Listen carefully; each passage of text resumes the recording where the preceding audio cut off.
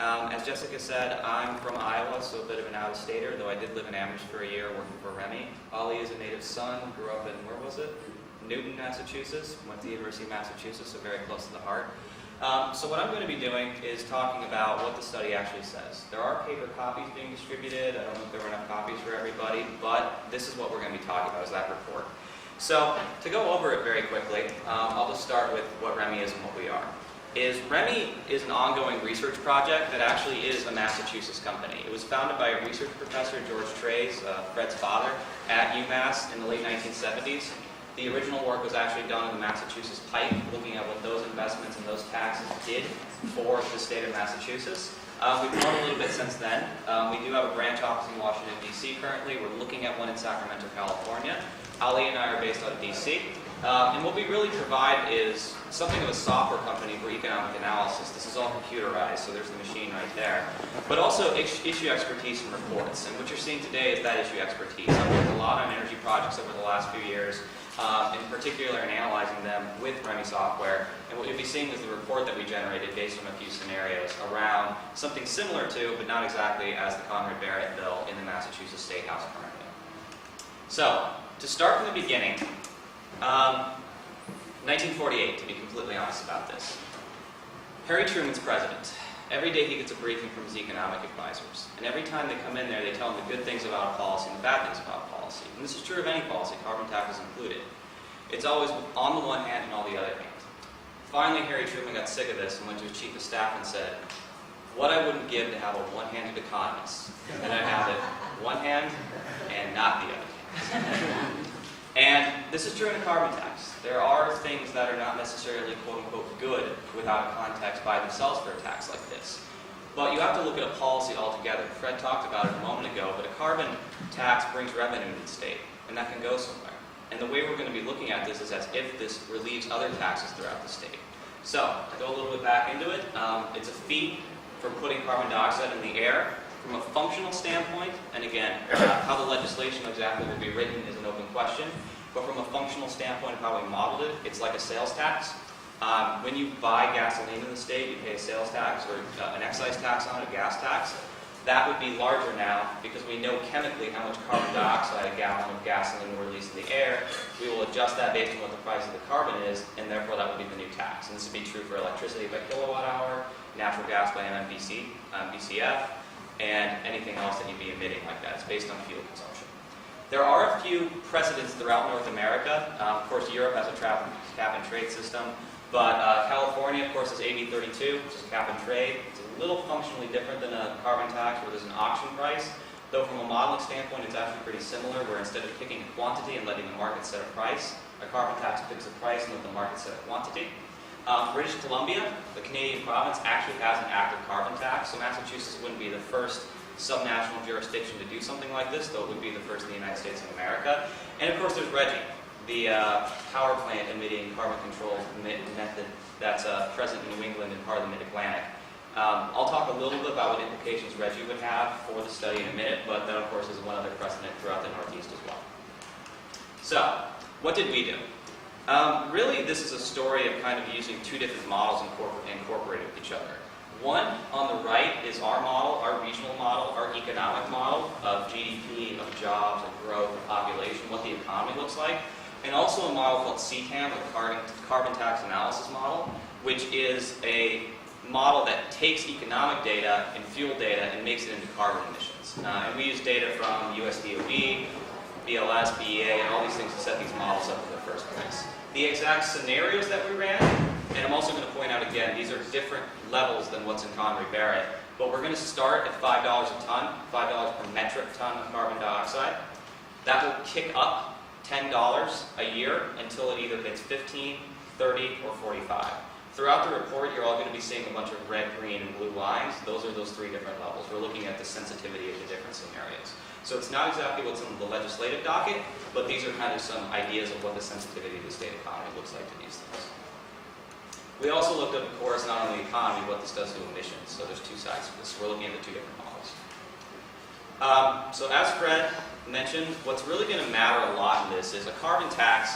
It's a tax, and I know tax is kind of a dirty word amongst policymakers sometimes, but when you bring money in, you can do something with it. Every state, I think but Vermont, has a balanced budget amendment, and they do it every year anyways. So when that money comes in, it can go someplace. That can go to additional investments in state infrastructure, additional investments in education, or it can go towards revenue neutrality, a concept where you would reduce other taxes in order to bring the carbon tax up. You would cut some other tax somewhere else and have it balance out. We did a slight combination of that, where, kind of in keeping with the legislation, we took the first $100 million per year and split that 50-50 into a state research fund, kind of going towards research and kind of going towards infrastructure, which are the top two categories there. And then with the balance of it, so what's left over, which is some hundreds of millions or even billions of dollars in some cases, we put that halfway into reducing corporate income taxes and halfway into reducing personal taxes, be it the general sales tax and state income tax. And this is a deliberate choice on our part. I ran several different scenarios of this and looked at doing it all one way or all the other way, and some mixture of these different taxes and scenarios. And this one actually comes out the best in terms of roughly balancing the continued growth and competitiveness of the Massachusetts economy, protecting low-income earners, and keeping income taxes low so the returns of work remain high in the state. This isn't exact numbers, but it worked out very nicely where 50-50 actually was rather positive on all of these, or very close to positive on all of these. So it's a deliberate choice, as this is roughly what is the best policy design from what we can see in our model of the Massachusetts state economy. So when you see all the money coming in from the carbon tax, it's going to be following this flow chart, this schema about where it's going to be going. It just doesn't sit somewhere, it goes someplace, and this is where. Okay, Reggie. Reggie is not directly included in this, and I say that broadly in the sense that we're not really looking at what this does to other parts of New England or the Mid-Atlantic. We're not looking at what this does to the auction price for carbon within Massachusetts. I do know that the Conroy Barrett bill does have some sort of carve-out for Reggie. This may be power plants are exempted entirely from a carbon tax. This may be that there's a difference where they only have to pay the difference between the auction price and the carbon tax of whatever it would be in the state. So these are all possible to have some sort of carve-out in there for Reggie to be taken care of. But there's nothing directly in there. What you're going to be seeing here is kind of without Reggie having an effect directly on anything that's going on. It would change the results slightly, but not very much.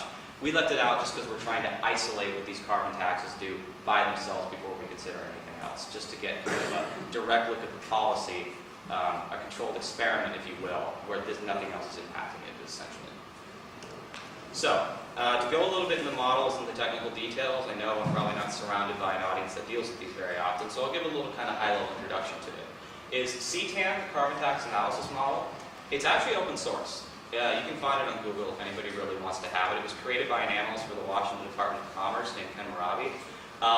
It's a calculator that goes through, and to follow the process of it, it looks at the level of carbon tax at the top there. Then you get some sort of change in energy price. That's what a carbon tax is. It's a change in the price of energy. The kilowatt hour might cost more. The BCF might cost more.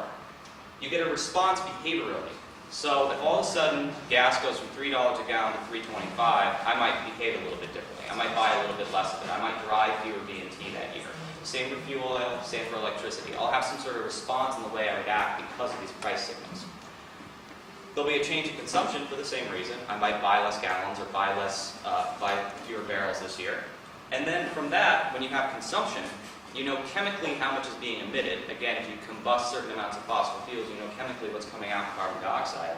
And you know from a revenue perspective how much is coming out, because you know, again, how much emission is coming out. That's what CTAN is designed to do. I'll note here, and this is not necessarily my advocacy, but this is part of the reason carbon taxes can be popular on both sides of the aisle, both politically and economically, because it is market-based. It is allowing consumers to make their own choices about how they're going to allocate their money and their behavior. By using a price signal as opposed to direct regulation to determine how exactly the economy is going to achieve its goals. So that's the process that we're following. And this model has been used a few other times in the United States. Washington State and Oregon are the most notable ones. And I actually know a researcher from the National Renewable Energies Laboratory is working on making a 50-state version of it. So it's been used nationally. Now, here's our model. PI Plus, it stands for Policy Insight. It is a desktop-based software tool. It's actually on that machine right there, so thank you, laptop, for helping me. What it is, it's a long-run, multi-regional model of a state economy. It's a model of Massachusetts, and it behaves like Massachusetts. It knows Boston's here, it knows what industries are here, it knows how people behave up here. It's not built as a general national model.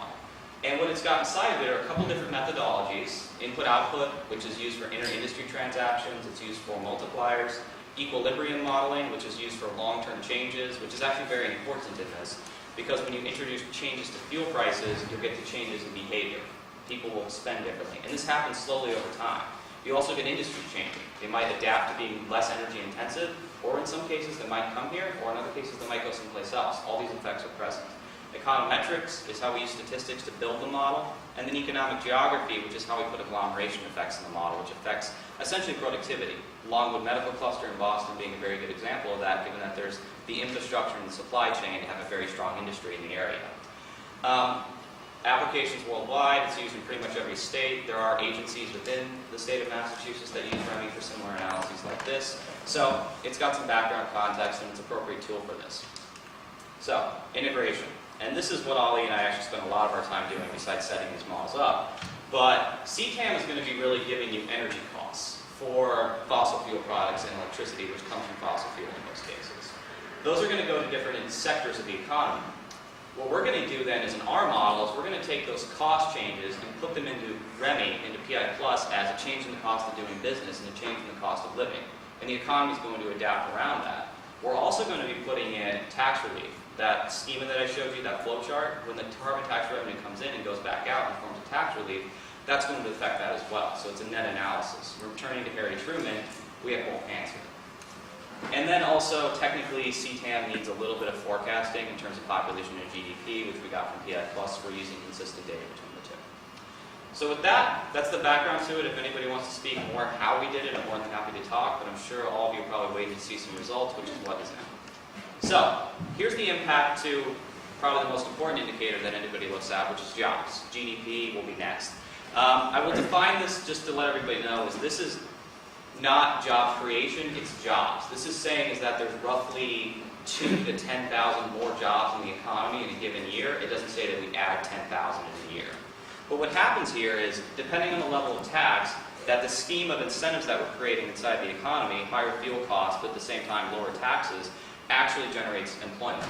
That being because we get more employment in certain sectors that use more labor as an output, we get tax relief so we get more consumer spending, we have more people in the state because of lower tax burdens, and actually the net out of it is anywhere from 2,000 to 10,000 jobs depending on what scenario you're looking at. The state economy will still grow, the state economy will change, but because we have this policy there, this is the difference, the impact that we might be able to expect.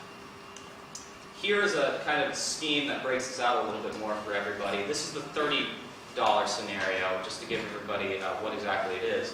But this is saying that the sectors that are going to benefit the most out of this are the labor-intensive ones, and also the ones that Massachusetts tends to be very strong in. Healthcare is one of the biggest one. Professional services, which is a grab bag, including consulting and accounting and management consulting and investments. Construction, all these industries are getting, roughly speaking, a tax break because they don't use much energy directly, and therefore, because they use a lot of employee, they're very human capital based, they actually hire more and expand, and therefore we see this result.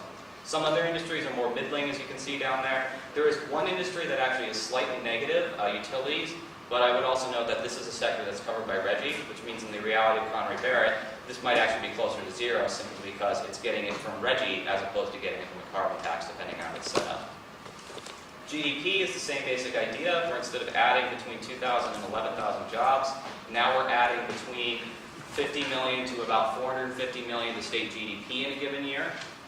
That's counted up over time, so this is new every year. Massachusetts will still have a billions and billions and billions of dollars economy, but it would be slightly larger because of this policy. And if we sum this up over time, we get this, which says over the horizon, which is the 2035, it'd roughly add as much as 9.5 or so billion to state GDP in the longer term. This is a number that would take 30 years to get up to, but this is in the longer term what it would do. Industries. This is now looking at it from the other side. This isn't looking at employment, this is looking at production. This is looking at how much business certain industries are doing inside the state. And in this case, it's the same basic pattern as before, as where healthcare, technical assistance, finance, insurance, and information, again, all these Boston industries tend to do well under this because they don't use a lot of industry and they do use a lot of labor. On the other side, though, there are two industries that tend to lose on this, and they're probably predictable ones to everybody, simply because they're very energy intensive and they use a lot of fuel. One being utilities, I'll make the same disclaimer already there, and then also the manufacturing. So it's unfortunate that, of course, this will drive costs up for manufacturing a bit, which means the state might lose a little bit.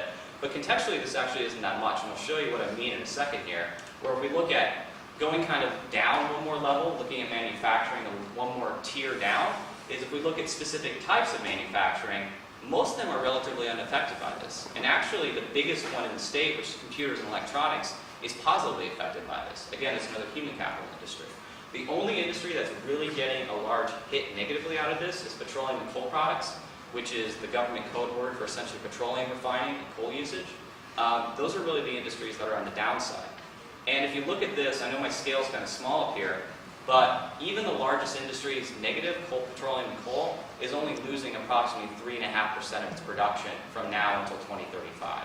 So it's a very relatively small change on the margin, while these other industries are almost not even feeling it, very close to zero. So the state economy is relatively robust to this. These are pretty small changes on the margin.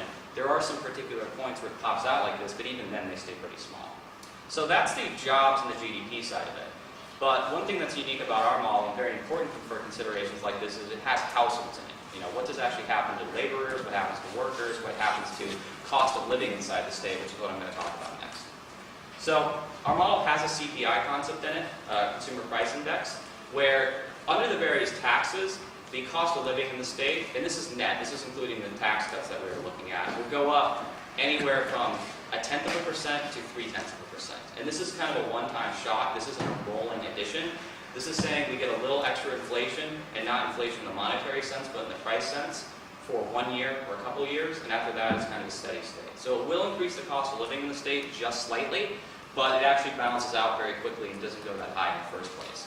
We can also talk about specific commodities, and this is actually very important too, especially when we're looking at low-income peoples, is petroleum products, specifically fuel oils on the left, where depending on the scenario, the cost of fuel oil, as we'd see it, could go up anywhere from 10 to 15%.